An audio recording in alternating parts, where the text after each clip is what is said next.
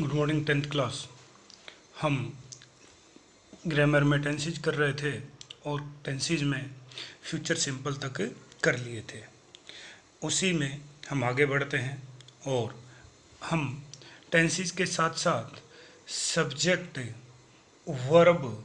Subject verb Concord यानी subject verb agreement भी देख रहे थे, जिसके आधार पे हम सिंगुलर सब्जेक्ट और प्लूरल सब्जेक्ट के अंतर को ढंग से समझ पाएंगे। तो उसमें 2 या 3 पॉइंट हुए और उसी में अगला पॉइंट है आपका आर्टिकल्स के संदर्भ में कि कंपाउंड सब्जेक्ट्स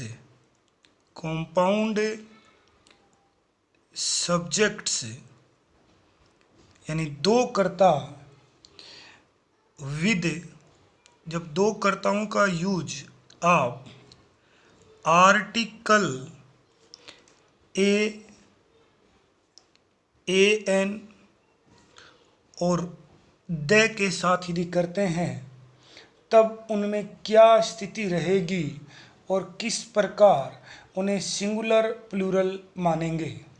देखना, मैंने एक सेंटेंस लिखा, जैसे एक सेंटेंस लिखा और सेंटेंस है द प्रिंसिपल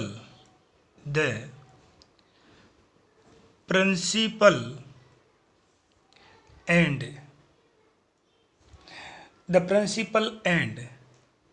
सेक्रेटरी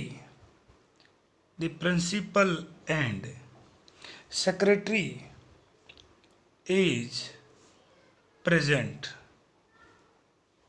तो यदि आर्टिकल का यूज इस प्रकार होता है तो आप यूं समझें कि वो सिंगुलर होगा। अब इसका नियम क्या समझे हम, इधर देखो, ये क्या है आपकी नाउन, इधर देखो सेक्रेटरी यानी सचिव, ये भी आपकी क्या है, नाउन। क्या इधर ये आपका कंजंक्शन हो गया एंड, तो क्या इधर कोई आर्टिकल है? नहीं है। क्या इधर आर्टिकल है? आर्टिकल है इधर। आर्टिकल क्या है आपका? द। या इसकी जगह ए होता या फिर इसकी जगह ए एन होता तो सिंगुलर काउंट किया जाएगा। मतलब क्या है कि द प्रिंसिपल एंड सेक्रेटरी, कि प्रिंसिपल और सचिव, यानी ये कोई एक ही व्यक्ति है, वही प्रिंसिपल है और वही सचिव है। इसका मतलब ये हुआ। तो यदि दो कंपाउंड सब्जेक्ट्स को आर्टिकल के साथ जोड़ा जाए तो आप देख लेना, कंजंक्शन के इस तरफ और इस दोनों तरफ यदि आर्टिकल हों, यानी आर्टिकल यदि 2 लगे हुए हैं तो उसको आप प्लूरल मानेंगे और यदि एक लगा हुआ है तो सिंगुलर मानेंगे। जैसे मैंने कहा the principal and the class teacher the principal and the class teacher is present. इसका मतलब क्या हुआ कि द प्रिंसिपल और द क्लास टीचर ये अलग अलग व्यक्ति हैं। ये जब अलग अलग व्यक्ति हैं तो फिर आप इज, ये जो इज है इसका प्रयोग नहीं करेंगे। आप किसका प्रयोग करेंगे? फिर आप आर का प्रयोग करेंगे।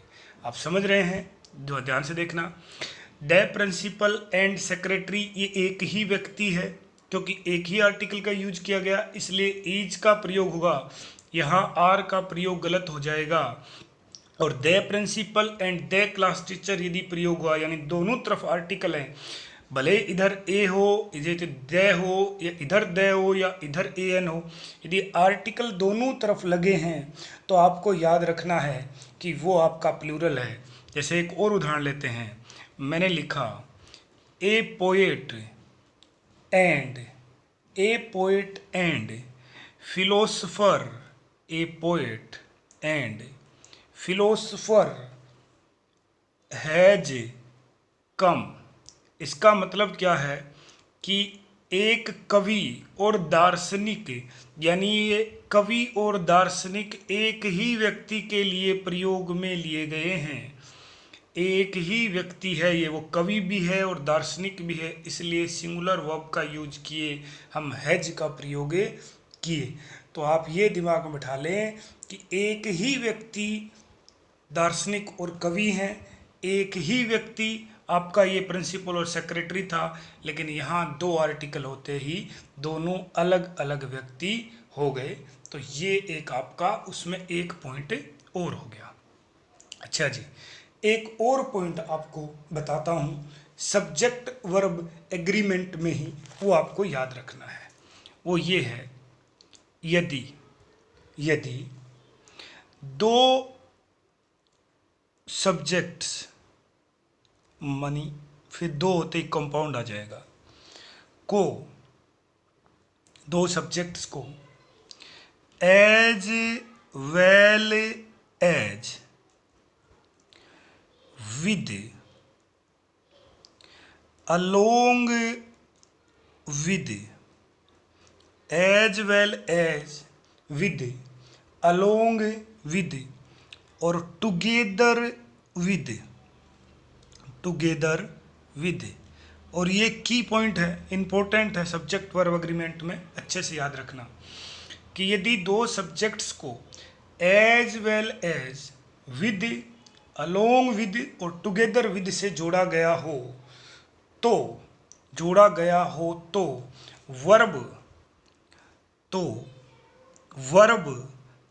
वर्ब हमेशा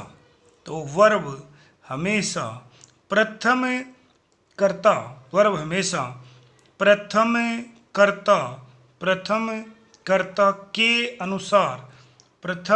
कर्ता के अनुसार आएगी। और ये आया हुआ उदाहरण है, ये हमारी परीक्षा में आया हुआ उदाहरण है। जैसे, और उदाहरण क्या है, the house with its curtains,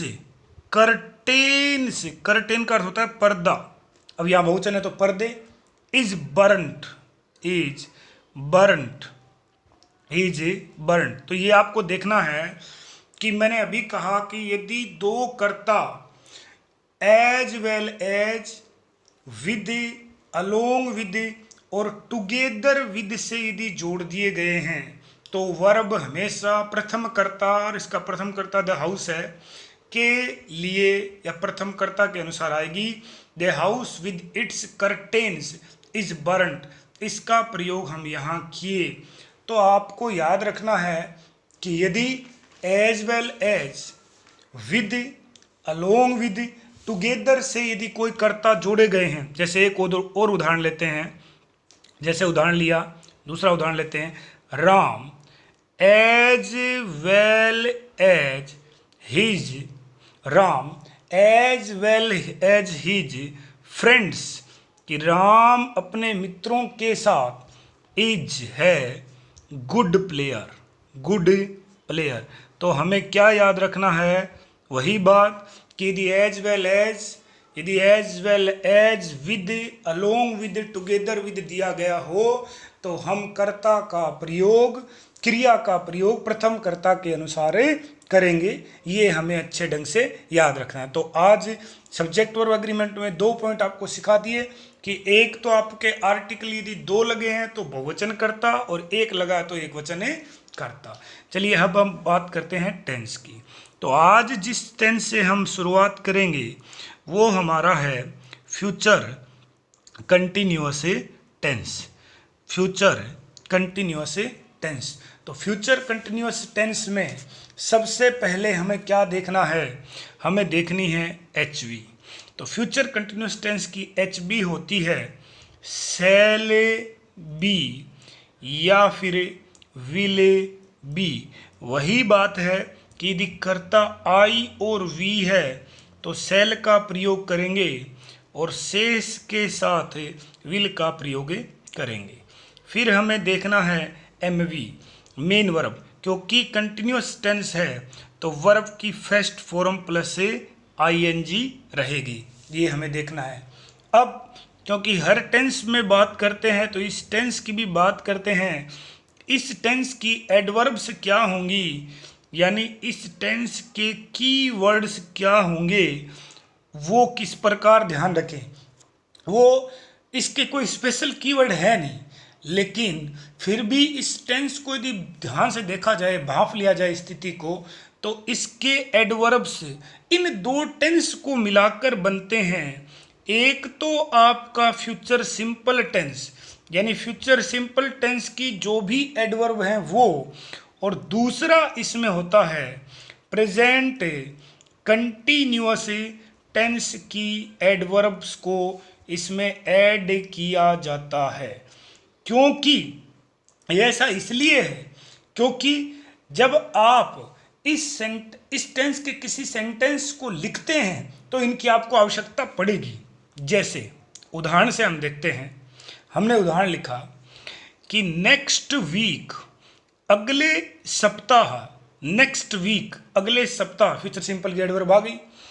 at this time, at this time कि अगले सप्ताह इस समय, ये प्रेजेंट कंटिन्यूअस की आ गई।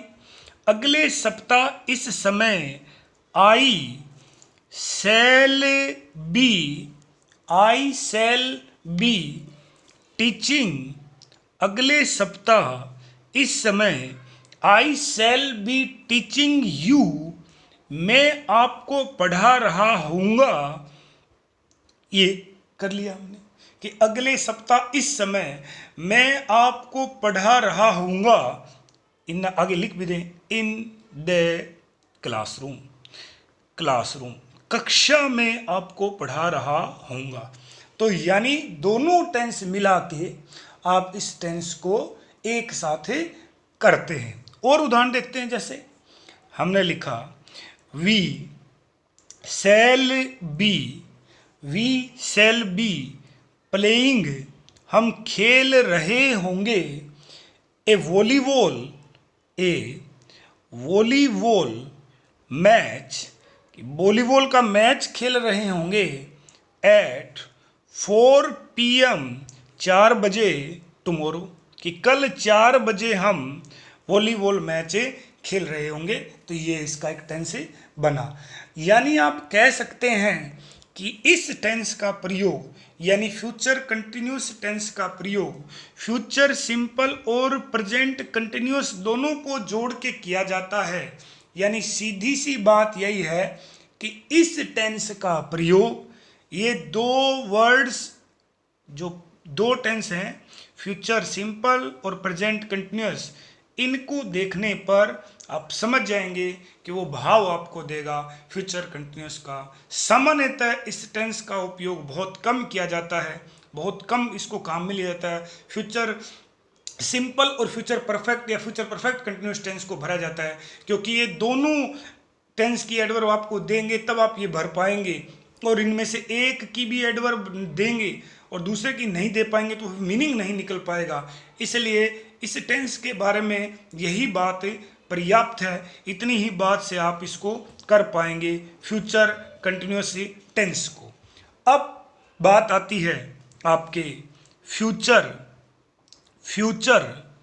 परफेक्ट टेंस की।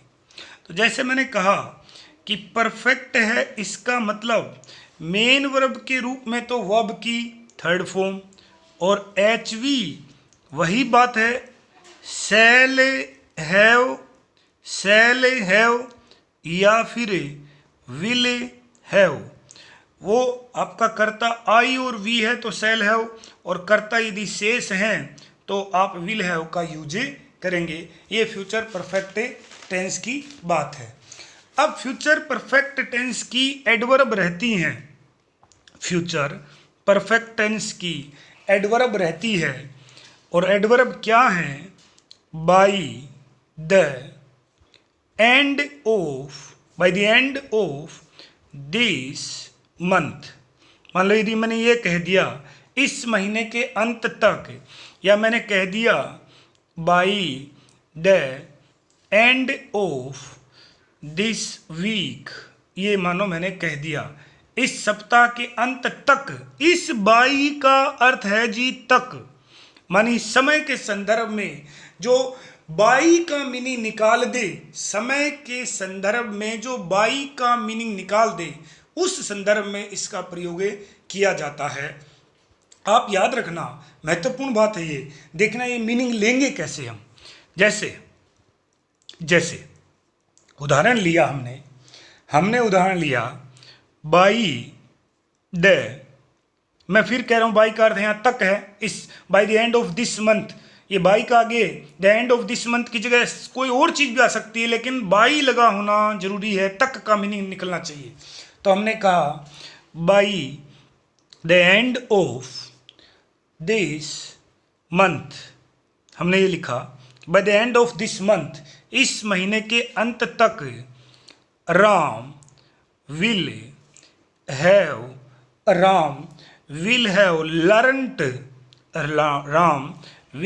लर्नड इंग्लिश, कि इस महीने के अंत तक राम अंग्रेजी सीख चुका होगा। ये हमने लिखा है कि इस महीने के अंत तक राम अंग्रेजी सीख चुका होगा। अब ये मैंने सीधा मीनिंग का सीधा एग्जाम्पल दिया, और मैंने अभी आपको सिखाया कि बाई के बाद the end of this month, the end of this week लिखना ही जरूरी नहीं है, आपका वो मीनिंग तक का निकलना चाहिए। तो ये इन शब्दों की जगह, मतलब the end of this month, the end of this week की जगह कुछ और भी आ सकता है, और वो कुछ और किस प्रकार आ सकता है वो हम देखते हैं। मैंने उदाहरण लिखा द पॉपुलेशन यानी जनसंख्या ऑफ जयपुर की जनसंख्या विल हैव क्रॉस्ड, जयपुर की जनसंख्या पार कर चुकी होगी। आगे लिखा 50 लाख, 50 लाख को बाई 2025। शायद आप समझ गए होंगे आप कि बाई का यूज इस प्रकार भी हो सकता है। अर्थ क्या हुआ, द पॉपुलेशन ऑफ जयपुर की जनसंख्या विल हैव क्रॉस्ड, पार कर चुकी होगी 50 लाख, 50 लाख को बाई 2025 यानी 2025 तक। शायद आप समझ गए होंगे। एक सीधा उदाहरण by the end of this month के अनुसार सीधा दिया, फिर थोड़ा सा घुमा के एक उदाहरण ये दिया। अब थोड़ा सा चेंज और देखो, यानी मैं हमेशा से एक बात पे जोर देता हूँ कि आप अभी हमने देखो टेंस के 10 पार्ट कर लिए, आज ये 11वां पार्ट है, और 11वें पार्ट में जाके कंप्लीट हो रहा है सिर्फ टेंस, माने आधारभूत। अभी इसके अंदर की गहराई तो आप उदाहरण से ही क्लियर कर पाएंगे। उदाहरण मैं ऐसे ऐसे रखूंगा, आप सोच में पड़ जाएंगे कि सर इस प्रकार टेंस का प्रयोग होगा, नहीं देखा। अभी पहला स्टेप, दूसरा, और तीसरा और दिखाता हूं आपको, देखना, ध्यान से देखना। इन 3 मंथ्स, 3 महीने में, इन 3 मंथ्स, 3 महीने में ही विल, 3 महीने में ही विल हैव रिटर्न, 3 महीने में ही will have written two novels. ध्यान से देखना, 3 महीने में ही विल हैव रिटर्न, वह लिख चुका होगा 2 नोवेल्स, 2 उपन्यास। क्या यहां बाई आया? नहीं आया। लेकिन क्या इसका अर्थ ये नहीं हो सकता कि 3, यहां सीधा दिया है इन 3 मंथ्स की 3 महीने में ही विल हैव रिटन 2 नॉवेल्स, क्या ये इस प्रकार नहीं लिखा गया है? ध्यान से देखना, by the end of next 3 months, कि अगले 3 महीने समाप्त होने तक, क्या ये नहीं है? यही है, ये घुमा दिया उसने। और मान लो अभी महीना चल रहा है, ये मान लें कि अभी महीना चल रहा है जी जुलाई, और मैं ये कहूँ जुलाई के बाद अगस्त, अगस्त के बाद सितंबर, सितंबर के बाद अक्टूबर, और यदि मैं इसको ये लिख दूं कि बाई अक्टूबर, अक्टूबर तक, तो क्या ये तक का मीनिंग नहीं निकल रहा? यानी सरल भाषा में ये जो लिखा गया है इन 3 मंथ्स, इसका मतलब ये है कि 3 महीने में। इस बार वो आपको बेवकूफ़ बनाने के लिए, घुमाने के लिए, बात को घुमाने के लिए बाई का यूज नहीं कर रहा। तो ये भी आप याद रखें कि यदि आपको बाई का प्रयोग उसने नहीं किया है, लेकिन भविष्य की एक समय सीमा तय कर दी, जैसे बांध दिया आपको कि इन 3 मंथ्स के 3 महीनों में, इसका मतलब यही है बाई अक्टूबर। मान लो यदि अभी जुलाई चल रहा है तो इस लाइन का, इन 3 शब्द का अर्थ यही है बाई अक्टूबर, अक्टूबर तक, इसका अर्थ यही है 3 महीने में कह लो आप, चाहे आप ये कह दो कि 3 महीने के अंत तक, और चाहे आप ये कह दो क्योंकि 3 महीने बाद क्या है, अक्टूबर है। बात समझ गए होंगे आप? तीनों उदाहरण अलग अलग बताए हैं, कुछ मुश्किल नहीं है। आपको इतना याद रखना है कि भविष्य का कोई एक दिनांक, कोई समय आपको देगा, लेकिन उससे वो आपको जोड़ देगा, बांध देगा, उससे आगे आपको जाने नहीं देगा। यानी एक निर्धारित समय अवधि दे देगा आपको, और उस निर्धारित समय अवधि से आपको बांध देगा, तो फिर आपका वो हो गया फ्यूचर परफेक्ट टेंस। चलिए जी, अब अपना लास्ट देखते हैं, future perfect, future perfect continuous, future perfect continuous tense. सबसे पहले तो आप देखें एचवी। एचवी क्या है आपकी? शैल हैव और विल हैव। ये किसकी है जी? ये है फ्यूचर परफेक्ट की। इसमें दोनों चीज़ें दी गई हैं, याद करो। एक ही चीज़ जोड़नी है, बीन, एक ही चीज़ जोड़नी है, बीन। और हर टेंस में आप यही जोड़ रहे हैं कि जो परफेक्ट टेंस होता है उसके आगे कंटिन्यूस लगते ही क्या जोड़ देते हैं? बीन। क्योंकि ये बीन, बी नामक वर्ब की क्या होती है जी? V3 होती है। और सेल और विल क्या होते हैं? मॉडल। और मॉडल के आगे सीधा आप V3 लगा नहीं सकते, इसलिए आप किसका प्रयोग करते हैं? हैव का। बात आई समझ? ठीक है जी। ये आ गया जी आपका MP, मेन वर्ब। और मेन वर्ब आते ही, क्योंकि इसमें कंटिन्यूअस है, तो वर्ब की फर्स्ट फॉर्म प्लस ING। और सब जानते हैं कि वर्ब की फर्स्ट फॉर्म के साथ ही ING लगता है। लेकिन जैसा पहले 2 टेंस में पढ़ चुके हैं, दोनों आप एक साथ दिखा रहे हैं, तो इन सबके साथ क्या रहेगा? टाइम रहेगा। और टाइम दिखाने के लिए आप किसका प्रयोग करते हैं? 2 प्रेपोजिशन से, सिंस और फॉर। अब देखते हैं कि इनका प्रयोग किस प्रकार होता है और किस प्रकार वो परीक्षा में हमसे सवाल करेगा। देखना, पहला उदाहरण दिया उसने, by the end of this year, इस महीने के अंत तक। अभी तक आपका दिमाग ये लाइन देखते खटखटा रहा होगा, प्रश्न बन रहा होगा कि ये तो फ्यूचर परफेक्ट हो गया sir ji.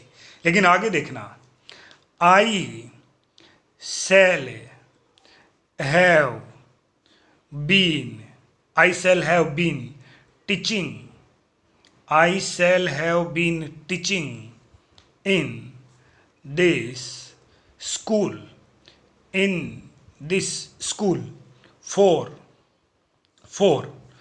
5 years, for 5 years। ध्यान से देखो कि by the end of this year, इस वर्ष के खत्म होते तक, मतलब जैसे ही ये वर्ष खत्म होगा तब मैं क्या कर रहा हूँगा? देखना, I shall have been teaching, मैं पढ़ा रहा होऊंगा, क्योंकि देखो कार्य जारी ही है। इन दिस स्कूल, स्कूल में फॉर 5 ईयर्स, 5 वर्षों से। ये तो मैंने आपको सिखाई दिया कि सिंस और फॉर के आगे यदि टाइम दिया गया है तो टेंस आपका रहेगा परफेक्ट कंटिन्यूअस। फिर बोल रहा हूँ, यदि आपको सिंस और फॉर के आगे समय दे रहा है तो टेंस रहेगा परफेक्ट कंटिन्यूअस है। यदि उसमें फ्यूचर की एडवर्ब होगी तो फ्यूचर परफेक्ट कंटिन्यूअस टेंस हो जाएगा। और यदि सिंस और फॉर के बाद टाइम दिया गया है और उसमें पास्ट की एडवर्ब हो तो पास्ट परफेक्ट कंटिन्यूअस टेंस हो जाएगा। और यदि सिंस और फॉर के आगे टाइम दिया गया है और उसमें ना ही फ्यूचर की एडवर्ब है ना ही पास्ट की एडवर्ब है तो दिया गया टेंस हो जाएगा प्रेजेंट परफेक्ट कंटिन्यूअस टेंस हो जाएगा।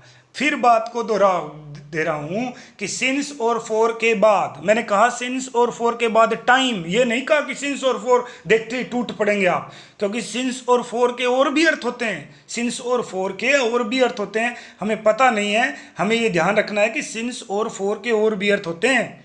सिंस और फॉर का अर्थ क्योंकि भी होता है, याद रखना, ठीक है जी।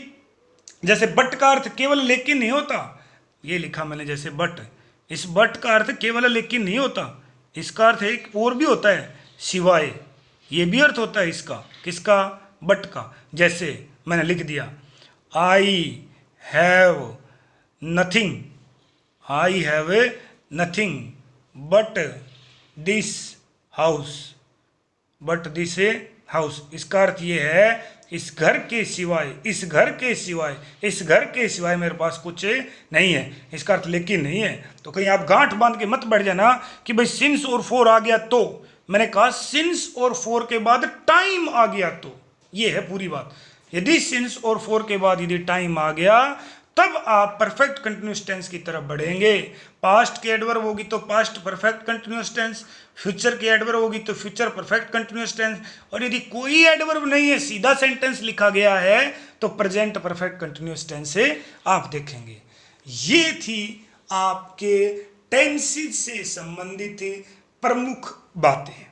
अभी आपको कुछ उदाहरण, यानी 2-4 उदाहरण से ही आपके अंदर की बात आपको समझाता हूं कि किस प्रकार हमसे गलती हो सकती है और किस प्रकार क्रिया के वो रूप हमसे भरवाता है। जैसे लिखा है मिका रिक्त स्थान इन राजस्थान, ये लिखा उसने, मिका रिक्त स्थान इन राजस्थान, कि राजस्थान में मिका पाया जाता है। ये 4 ऑप्शन दे रहा हूं मैं आपको, परीक्षा में आपको कोई ऑप्शन नहीं, सिर्फ आगे क्रिया मिलती है। मैं आपको 4 ऑप्शन देता हूं, ध्यान से देखना, क्या आप करेक्ट कर सकते हैं?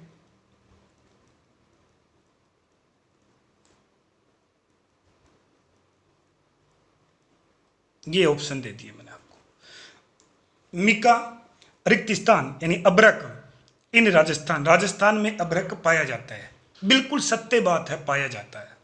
तो यदि ये फैक्ट है, यानी आपका ज्योग्राफिकल फैक्ट है, तो यदि ये फैक्ट है तो कहाँ जाएगा? ये जाएगा आपके प्रेजेंट सिंपल टेंस में जाएगा। और प्रेजेंट सिंपल टेंस की पहचान क्या है? वर्ब की फर्स्ट फॉर्म या फिर वर्ब की फर्स्ट फॉर्म के साथ एस या ईएस। आप एक चीज तो ध्यान में रखना बहुत अच्छे से कि आप जो वर्ब फिलअप कर रहे हैं वो भी आपकी नज़र में रहनी चाहिए। 2 चीज़ें यहाँ देखना, गलती ना हो।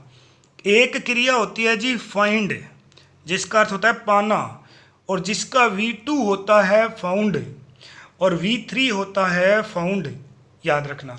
और एक स्वयं क्रिया होती है फाउंड, ये भी क्रिया होती है, और इसका अर्थ होता है स्थापित करना, नींव डालना, स्थापना, और इसका V2 होता है फाउंडेड और इसका V3 भी होता है फाउंडेड।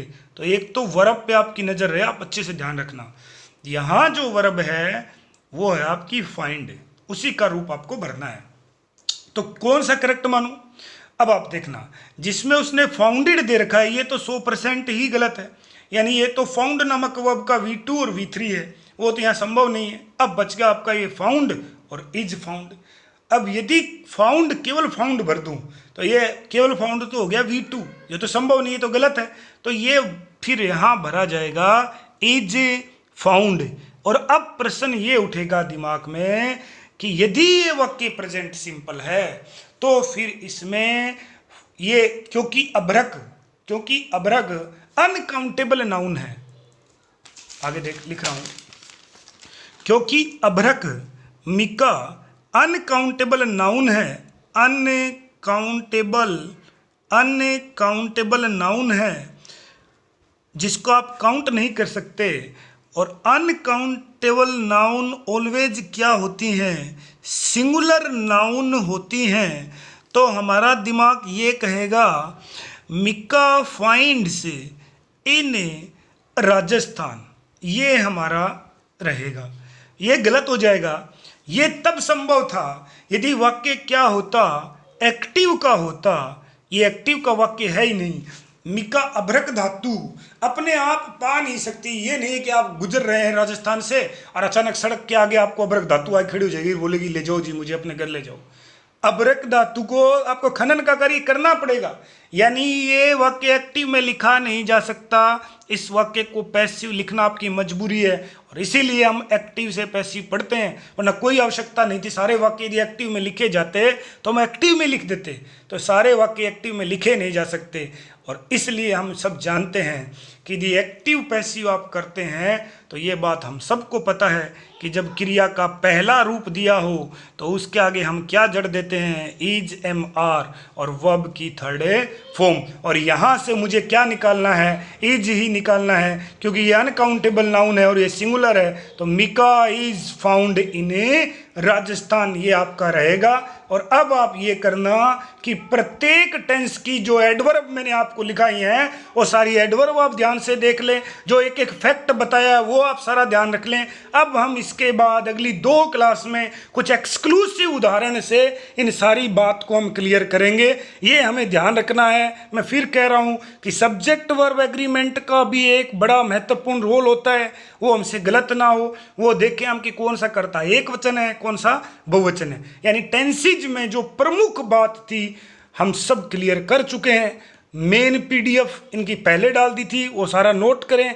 और एक्सप्लेनेशन में जितने भी एक्सप्लेनेशन मैंने उदाहरण डाले हैं, ये जो एक्सप्लेनेशन की फ़ोटो खींच खींच के आपको भेजता हूँ रोज़ जो पीडीएफ में, वो सारी आपको नोट करनी है। उससे आपका ज्ञान बढ़ेगा, घटेगा नहीं, ज्ञान बढ़ेगा।